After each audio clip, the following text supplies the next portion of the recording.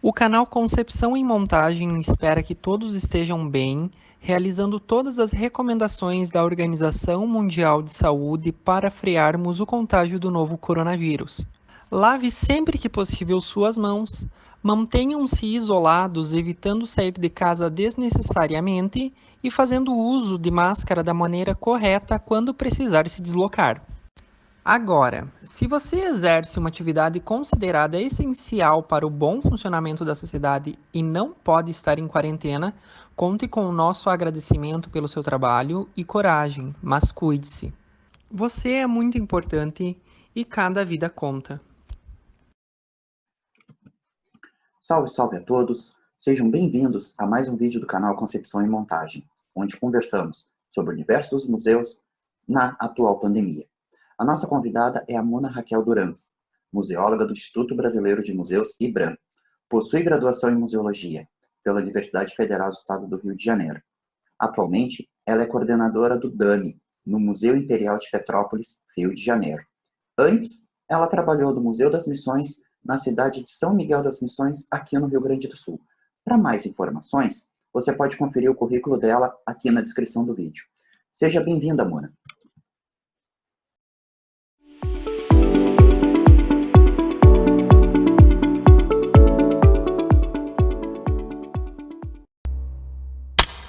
Eu fiquei muito curioso, Muna, quando tu mencionou que você tem essa visitação pelo Google.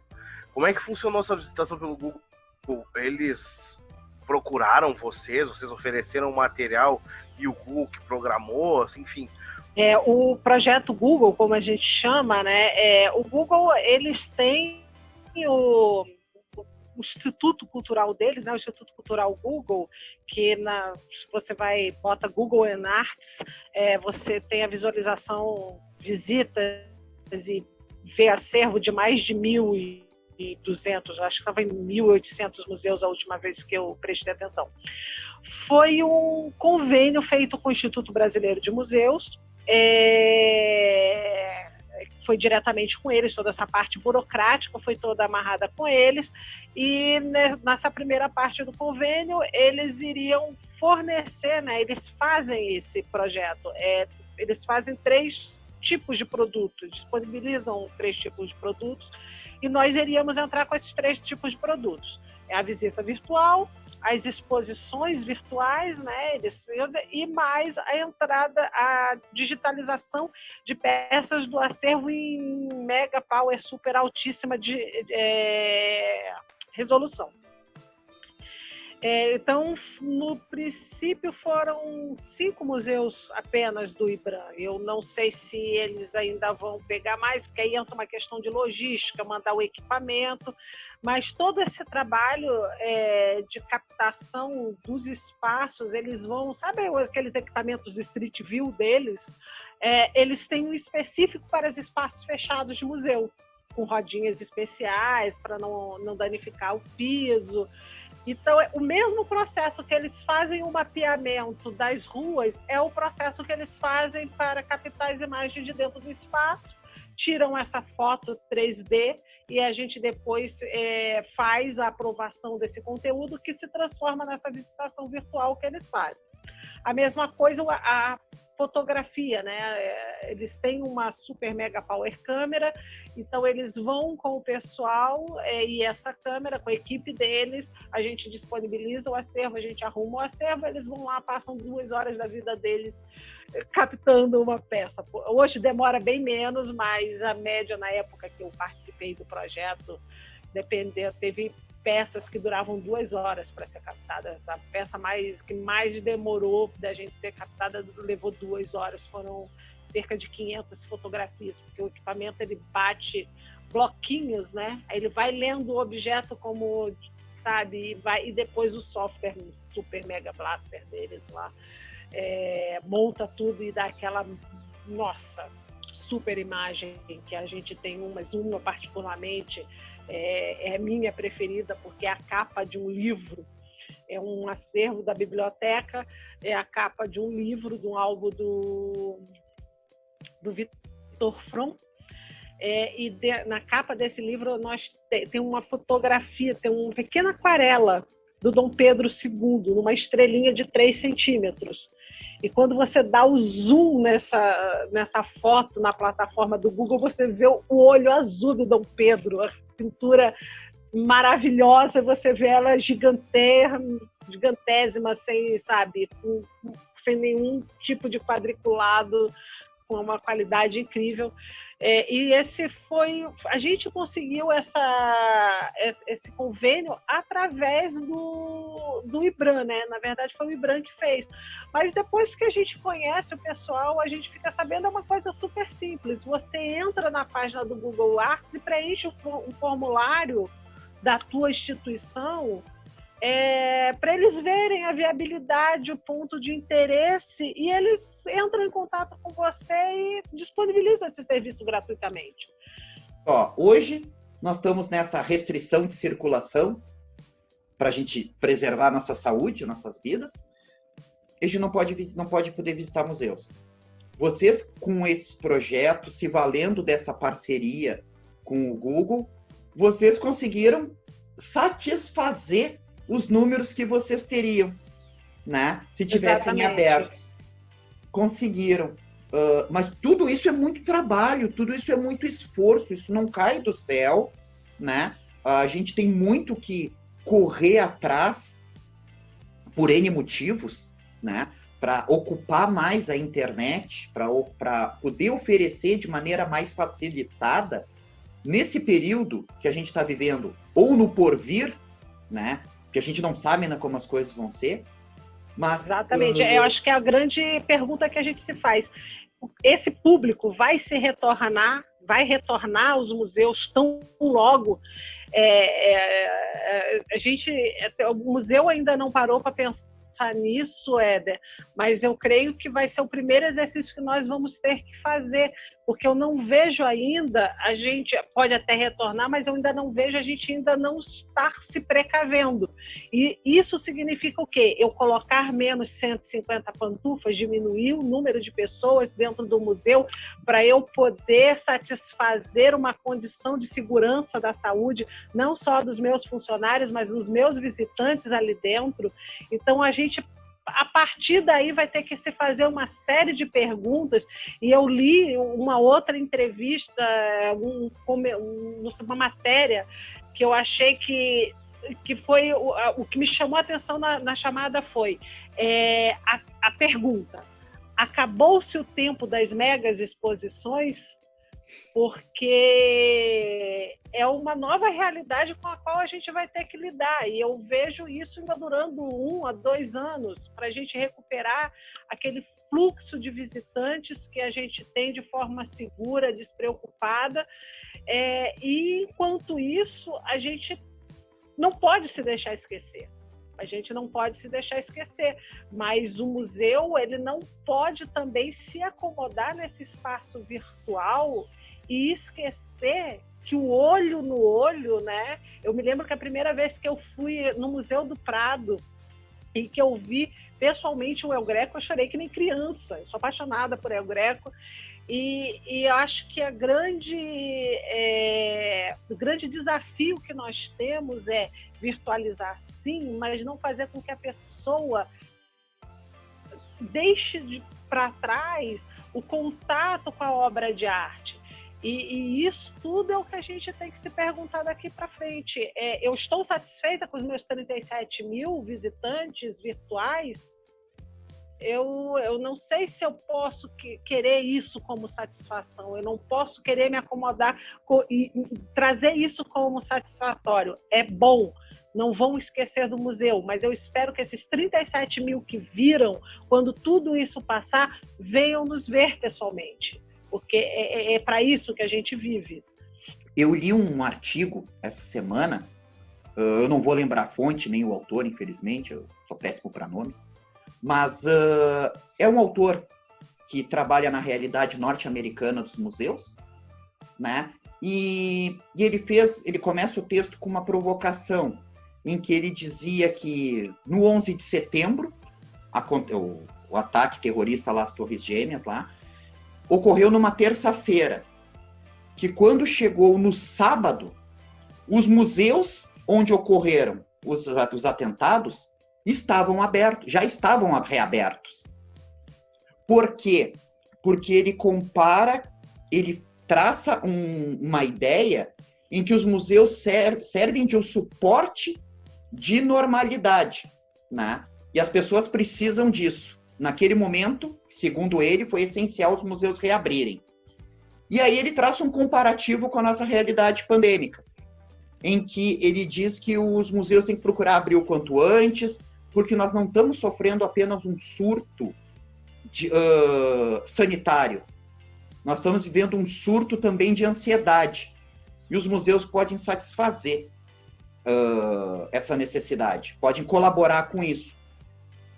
Eu não sei se eu concordo exatamente com as medidas que ele traça, que ele diz, ou se elas são condizentes com a nossa realidade brasileira, né?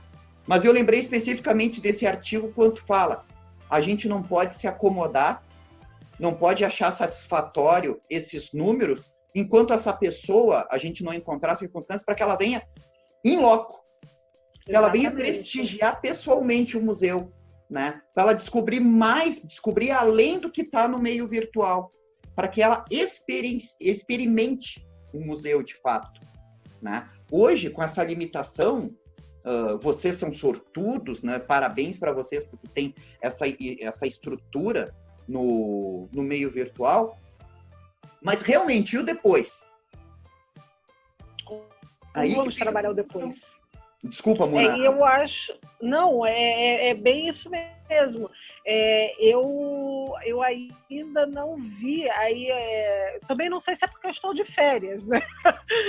Mas ainda não vi por parte do IBRAM, ainda de fato, também não sei se está ainda só a nível de direções, né? Mas eu ainda não vi uma fala de como vamos lidar com o depois. Seremos cobrados na mesma medida que éramos cobrados antes, ou vamos ter um tempo de readequação, como vamos nos readequar a essa nova realidade. Essa fala que você disse desse pesquisador me lembrou eu não vi, mas minha mãe viu e começou a comentar comigo ontem, uma fala do Pondé, numa entrevista no programa da CNN ontem, que era o cuidado que nós tínhamos que ter, nós, pessoas, enquanto esse período pandêmico, porque eles via isso quase como uma volta com um problema de pós-traumático, né? Ele estava prevendo uma espécie de euforia muito grande, opa, posso voltar, posso fazer tudo, voltar ao normal, mas e também uma queda, porque você tem aquela euforia, posso voltar, mas ao mesmo tempo eu estou vindo de um evento traumático em que eu estou com medo de me aproximar das pessoas, eu estou a louca do álcool em gel, eu não posso tocar em nada, aquele museu, mas é um espaço fechado, não tem circulação, e aí não fecha, como é que a gente entra? Então, todos, como é que os museus vão trazer os visitantes para dentro de suas casas, para dentro das suas galerias, pessoas que estão vivendo essa realidade da limpeza excessiva, do não posso tocar em nada, tem que ter circulação de ar, não posso me aproximar de ninguém. Será que estão fazendo uma limpeza adequada desse espaço para eu não me contaminar? Então, são questões que nós temos que discutir o quanto antes, para a gente não amargar a abertura dos museus e ter dias e dias vazios, sem nenhuma visitação, porque nós não conseguimos oferecer, não digamos que nós não consigamos, mas não consigamos fazer com que esse visitante veja que nós estamos oferecendo uma estrutura segura para ele estar. Então, são várias questões que permeiam isso, e é muito mais cômodo eu estar na segurança da virtualidade, mas o calor de estar com as pessoas, de ver como as pessoas estão reagindo, tem que ser a premissa mais adiante. Como é que tu vê o teu trabalho dentro do IBRAM, a existência do Instituto Brasileiro de Museus, né? A gente conseguir ter um instituto que cuida especificamente dos museus, né? Que antes nós tínhamos o IFAM, que também abrigava isso, e agora temos o IBRAM, que tenta ajudar, tenta fomentar, estimular o meio museológico. E tu, como a nossa primeira participante aqui, que faz parte do quadro de técnicos do IBRAM, a gente gostaria de perguntar isso para ti. O IBRAM, acho que você retrocedeu um pouquinho mais a história, né? Isso do meu tempo de formação, em que eu frequentava os museus hoje do IBRAM como estagiária, como parte da minha formação. Eu passei por 4 museus do IBRAM, 2 como estagiária, 2 como profissional, já concursada. E nos 2 primeiros como estagiária, a gente acompanhava sempre o grande ressentimento, né? Essa divisão era como se os museus estivessem perdidos em meio ao patrimônio, vamos colocar assim. Era uma tradição você ter muito mais arquitetos, as ações eram voltadas mais para os bens móveis e os museus ficavam ali meio perdidos, sem política, brigando com um pouquinho das verbas que sobravam. E isso já começa a mudar um pouquinho com a entrada do DEMU. Quando o DEMU consegue vir um departamento dentro do IFAM e ele consegue ter uma verba descentralizada específica para aplicação nos museus do IFAM naquela época, né? As 22 unidades que depois saíram, para compor o Instituto Brasileiro de Museus. E assim, um pouco do que eu lembro dessa época foi quando a gente realmente consegue vislumbrar os museus já tendo um alcance maior.